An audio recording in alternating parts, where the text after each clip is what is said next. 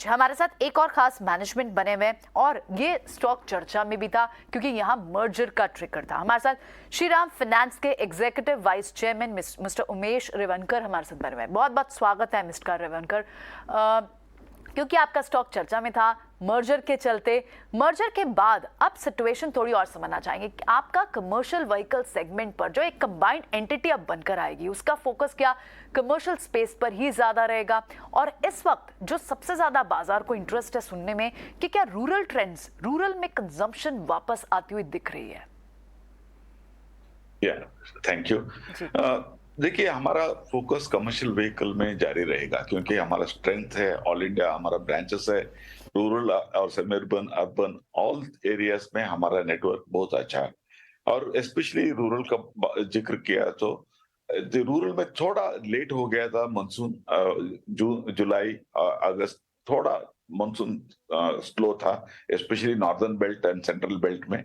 लेकिन पोस्ट अगस्त बारिश तो बहुत अच्छा हुआ। इसका वजह से विंटर में विंटर क्रॉप के लिए अच्छा एक एक्सपेक्टेशन है और बम्पर क्रॉप हो सकता है, इसलिए द डिमांड बढ़ गया है specially in the festive time. Both the two wheeler and tractor, ये दोनों चीज में ज्यादा एक रूरल डिमांड का, एक रूरल का इकोनॉमी को हम एक गेस कर सकते हैं कैसा मूव हो रहा है। बहुत पॉजिटिव था। मुझे लगता है कि ये पॉजिटिविटी कंटिन्यू रहेगा क्योंकि क्रॉप अच्छा होने से डिमांड बढ़ेगा और लोगों का कंजम्पशन भी बढ़ेगा, ऑटोमेटिकली क्रेडिट डिमांड भी बढ़ेगा।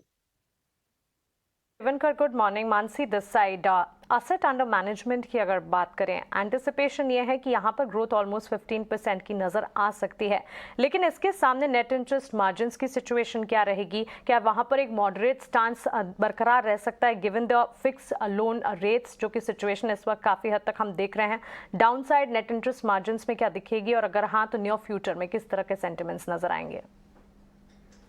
देखिए, अभी नेट इंटरेस्ट मार्जिन हमारा लास्ट सितंबर आपने एक मर्ज एंटिटी का मार्जिन आप देखे तो इट्स 8.3।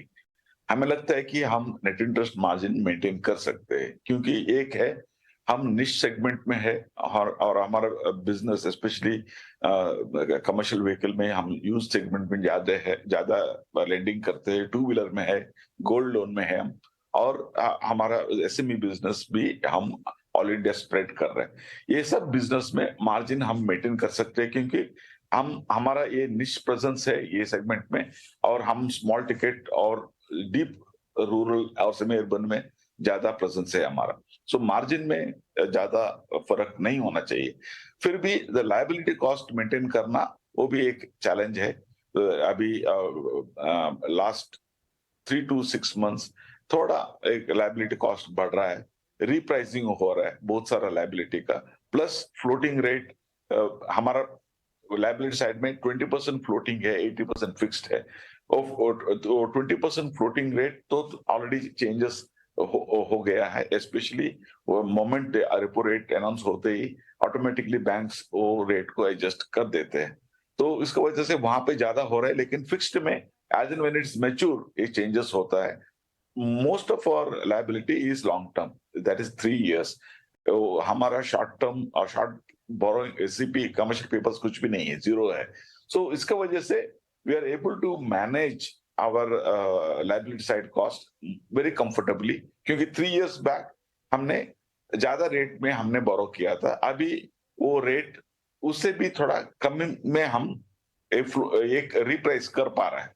सो ज्यादा प्रेशर नहीं है इंटरेस्ट मार्जिन में, और लायबिलिटी कॉस्ट अब तक हमारा we are able to maintain. So overall book liability cost is around 8.65। वो तो हम मेंटेन कर पाएंगे और एक महीना और 2 महीना, लेकिन इंटरेस्ट रेट सिनेरियो चेंज होते रहता है, so we can't say forward looking, but since we are able to pass it on to customer, हम तो नेट इंटरेस्ट मार्जिन मेंटेन कर पाएंगे।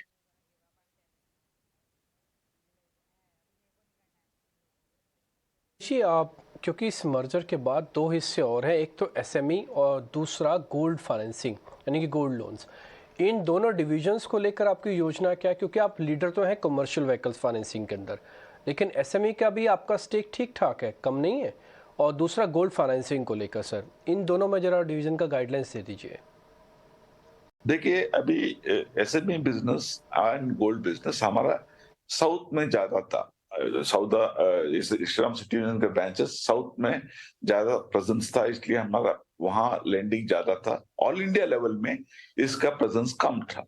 अभी एक है गोल्ड लोन के लिए हमने ऑलरेडी ऑलमोस्ट 100 ब्रांच को एक्टिवेट किया है and we will be activating all the branches. लेकिन गोल्ड लोन के लिए हम थोड़ा इंफ्रास्ट्रक्चर बनाना पड़ता है हर ब्रांच में, वो काम जारी है।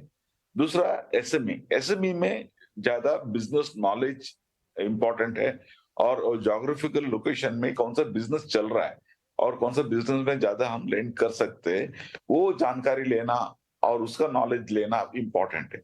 तो हम अभी ऑल इंडिया एक एसएमई और गोल्ड का दोनों बिजनेस हम स्टार्ट कर रहे हैं। इसका वजह से वहां पे हमारा growth year on year growth अच्छा देखने के लिए मिलेगा और उसमें स्प्रेड भी अच्छा है। इसका वजह से ओवरऑल कंपनी की भी उससे फायदा हो जाएगा। एंड गोल्ड में तो दी क्रेडिट कॉस्ट इज ऑलमोस्ट 0, सो इसका वजह से बॉटम लाइन में प्रॉफिटेबिलिटी भी बढ़ जाएगा।